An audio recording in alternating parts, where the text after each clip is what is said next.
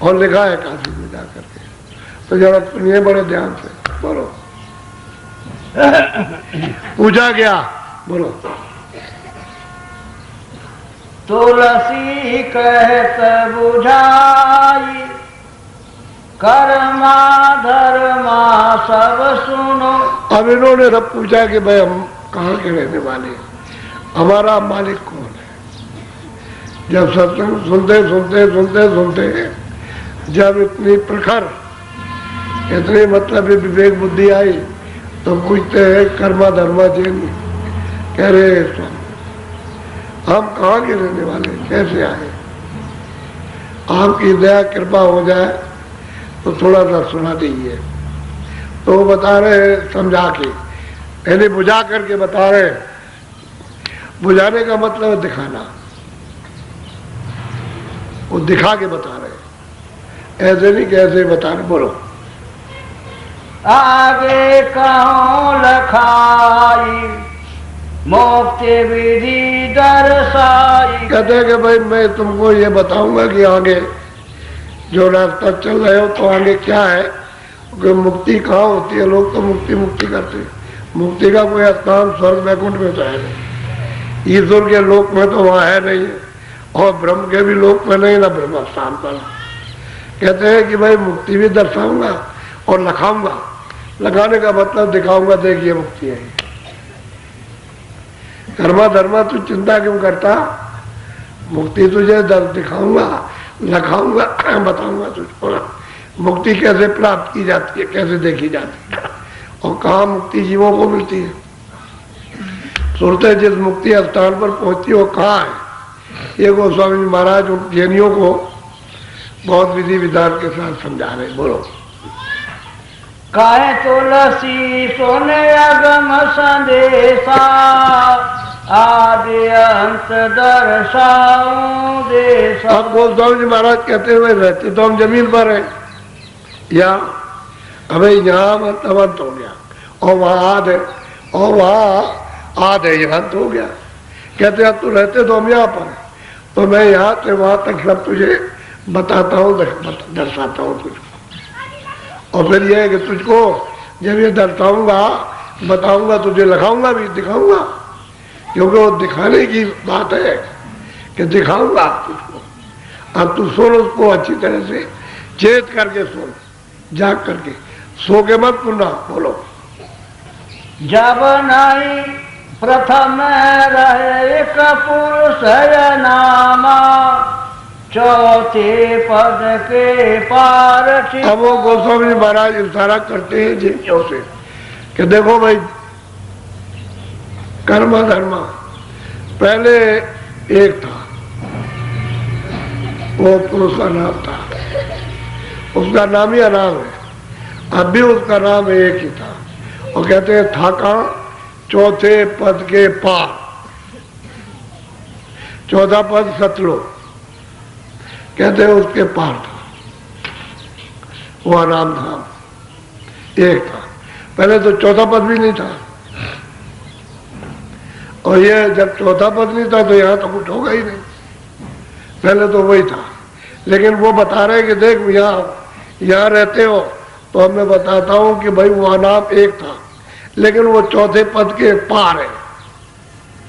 वहाँ चौथे पद में नहीं मिलेगा, ना इधर मिलेगा, वो पार जाओगे तब मिलेगा वो। तो कहते हैं मैं उसकी पूरी की पूरी आपको विवरण के साथ, विवरण के साथ तुझे बताता हूँ पहले कौन था। बोलो।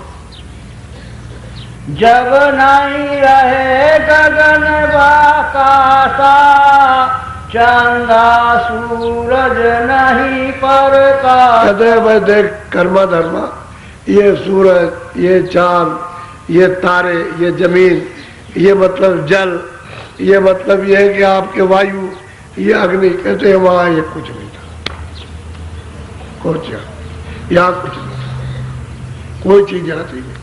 जब ये नहीं था, ये बताओ तो आप किस पर रहोगे? अरे आप कहाँ रहोगे, क्योंकि यहाँ तो कुछ था नहीं। टिकना कैसे होगा? जब है जमीन पर जमीन होगी तब आपका ये शरीर होगा, तो इस पर टिकोगे आप। तो कहते हैं आसमान भी नहीं था। अच्छा, कहते हैं चांद भी और सूरज भी नहीं थे प्रकाश करने वाले। ये कुछ भी नहीं था। पहले यहाँ कुछ नहीं, वही अकेला था। बोलो क्या?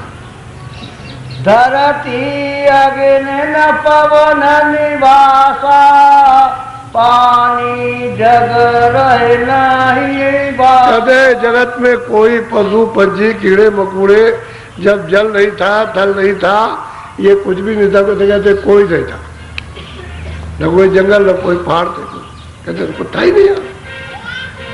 अब देखिए अभी संवत 1589 में जल हुआ और 1614 में काशी गए।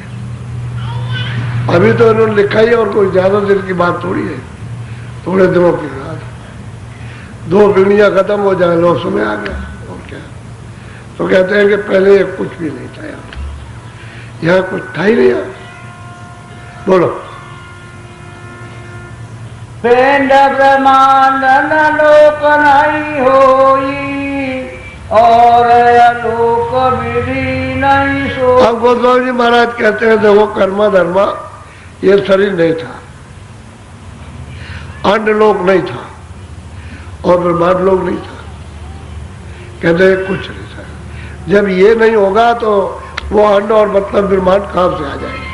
यहाँ था ही नहीं कुछ, यहाँ भी नहीं था, ऊपर में भी कुछ नहीं था। कहते हैं कोई चीज यहाँ पर नहीं थी। बोलो। हाँ। चौथा पद रचना नहीं ठानी, ताके आगे पुरुष न।